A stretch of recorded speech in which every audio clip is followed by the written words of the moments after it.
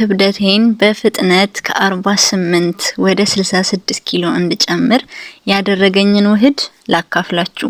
ውህዱን ብቻ አይደለም፣ በመጨረሻም ከዚህ ውህድ የምናገኘውን የካሎሪን እና የፕሮቲን መጠን አካፍላችኋለሁ። እስከ መጨረሻው ድረስ ተከታተሉኝ። ሰላም ውድ የቻናሌ ቤተሰቦች እንዴት ናችሁ? አለሁኝ እግዚአብሔር ይመስገን ደህና ነኝ። ሪታ ነኝ ከማዳም ኩሽና። ዛሬ ይዤላችሁ የመጣሁት ለክብደት መጨመር ትልቅ ሚና የሚጫወተውን የኦትስ ሾርባ ነው ማለት ነው። አብራችሁን ቆዩ፣ አብረን እንስራ። እዚህ ጋር 5 ማንኪያ ኦትስ ተጠቅሜያለሁ ማለት ነው።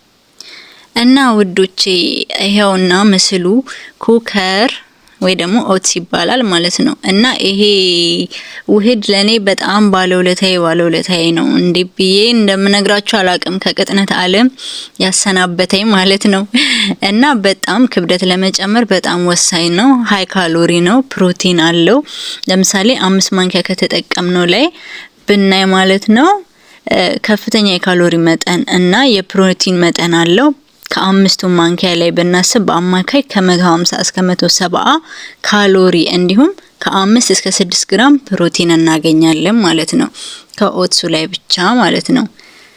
እና ተጠቀሙት። እውነት እኔ በጣም ለውጥ አግኝቼበታለሁ። ብዙ ጊዜ ምስሉን ብቻ ያስቀምጣሉ፣ ብዙ ሚዲያ ላይ አይቻለሁ፣ ግን ማለት አሰራሩን ያለውን ነገር ምናምን በደንብ ሲያብራሩ አላየውኝም።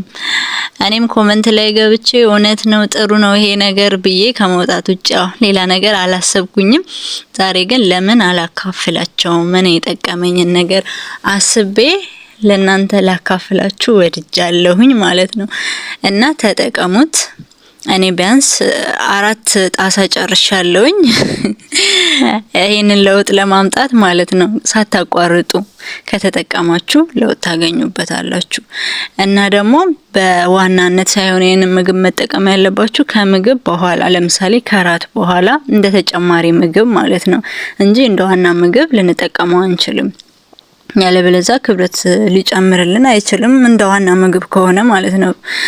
ስለዚህ እዚህ ጋር ኒውትሪሽን ፋክቱን ከኋላም ቼክ ማድረግ ትችላላችሁ፣ ያለውን ካሎሪ ያለውን የፕሮቲን መጠን። እኔ በነገራችን ላይ ለምዶብኝ ለምን ብስኩት አልበላም፣ ከኋላ አያለውኝ ምን አለው፣ ምን ያህል ካሎሪ አለው፣ ምን ያህል ፕሮቲን አለው ያለውን ነገር በደንብ ቼክ አረጋለሁ። እና ይሄ ልምድ ለኔ ጠቅሞኛል፣ እናንተም ተጠቀሙበት እላችኋለሁ። ከዛ በመቀጠል በዚህ በኦትስ ዙሪያ ልላችሁ የምችለው ነገር በፊት ላይ ኢትዮጵያ 400 ብር ነበረ። አሁን እንግዲህ አላቅም። እኔ ኢትዮጵያም እያለሁ እጠቀም ነበረ ማለት ነው። በተለይ አራስ ቤት ሆኜ እጠቀመው ነበረ እና ሰውነት ክብደቴን ጨምሮልኝ ነበረ። እና የሆነ ሰዓት ላይ ደግሞ ስለማጠባ ምናምንም ክብደቴ ቀነሰ ማለት ነው። ከዛም በኋላ ደግሞ አሁን እዚህ ከመጣው ድጋሚ ጀመርኩኝ፣ ሳላቋርጥ ተጠቀምኩኝ እና ከ48 ወደ 66 ማለት ነው። ስንት ኪሎ ማለት ነው? ወደ 15 ምናምን አካባቢ ኪሎ ነው የጨመርኩት። ግን ያው ምግብ በደንብ መመገብ አለብን ኪሎ ለመጨመር ካሰብን ማለት ነው።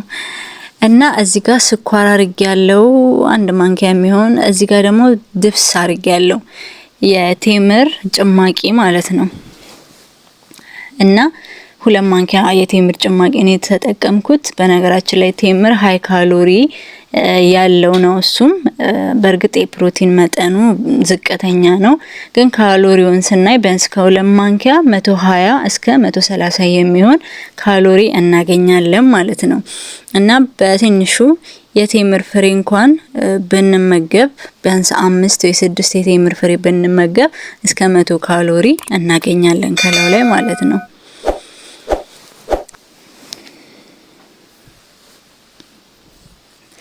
በመጨረሻ ያደረኩበት የለውዝ ቅቤ ነው ማለት ነው። የለውዝ ቅቤም ሃይ ካሎሪ እና ፕሮቲን ካላቸው እንትኖች የሚመደብ ነው ማለት ነው። ቢያንስ ከ1 ማንኪያ ከ90 እስከ 100 ካሎሪ እናገኛለን።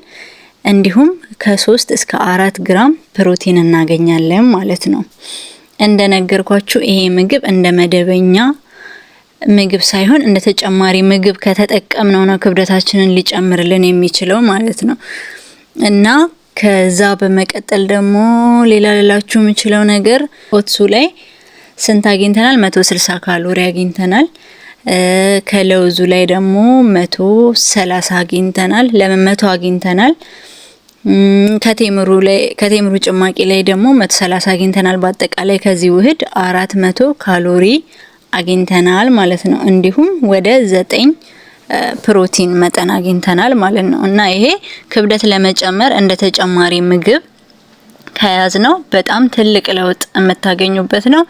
የምር ታመሰግኑኛላችሁ። ሞክሩት ሁላችሁ። ማለት ቅጥነት የሰለቻችሁ ያንገሸገሻችሁ እኔ አትወፍሪም እንደው አንቺ ቀጫጫ መች ነው ሰው የምትኙ እየተባልኩኝ ይሄው ግን አሁን ደግሞ ወፈርሽ ልትሄጂ ነው እየተባልኩ ነው። በእርግጥ ወፍራም የምባል አይደለሁም፣ ግን በፊት ከነበረኝ ኪሎ አንፃር በጣም ያው ለውጥ አምጥቻለሁ ማለት ነው። ስለዚህ እናንተ ቀጫጭኖች ተጠቀሙት፣ ይጠቅማችኋል ይሄ ውህድ እላችኋለሁ። ስለተከታተላችሁኝ አብራችሁኝ ስለቆያችሁ በጣም አመሰግናለሁ። በቀጣይ ቪዲዮ ደግሞ እንደዚህ እሳት ላይ ጥዱ ጊዜ የለንም አይመቸንም የምትሉ ከሆነ ደግሞ እሳት ላይ ሳትጥዱ፣ ምክንያቱም ኦትሱ የበሰለ ነው፣ በማሽን በስሎ የተዘጋጀ ነው። ስለዚህ እሳት ላይ ሳትጥዱ የምታዘጋጁበትን መንገድ አሳያችኋለሁ። ላይክ፣ ሰብስክራይብ እያደረጋችሁ አበረታቱኝ። መልካም ጊዜ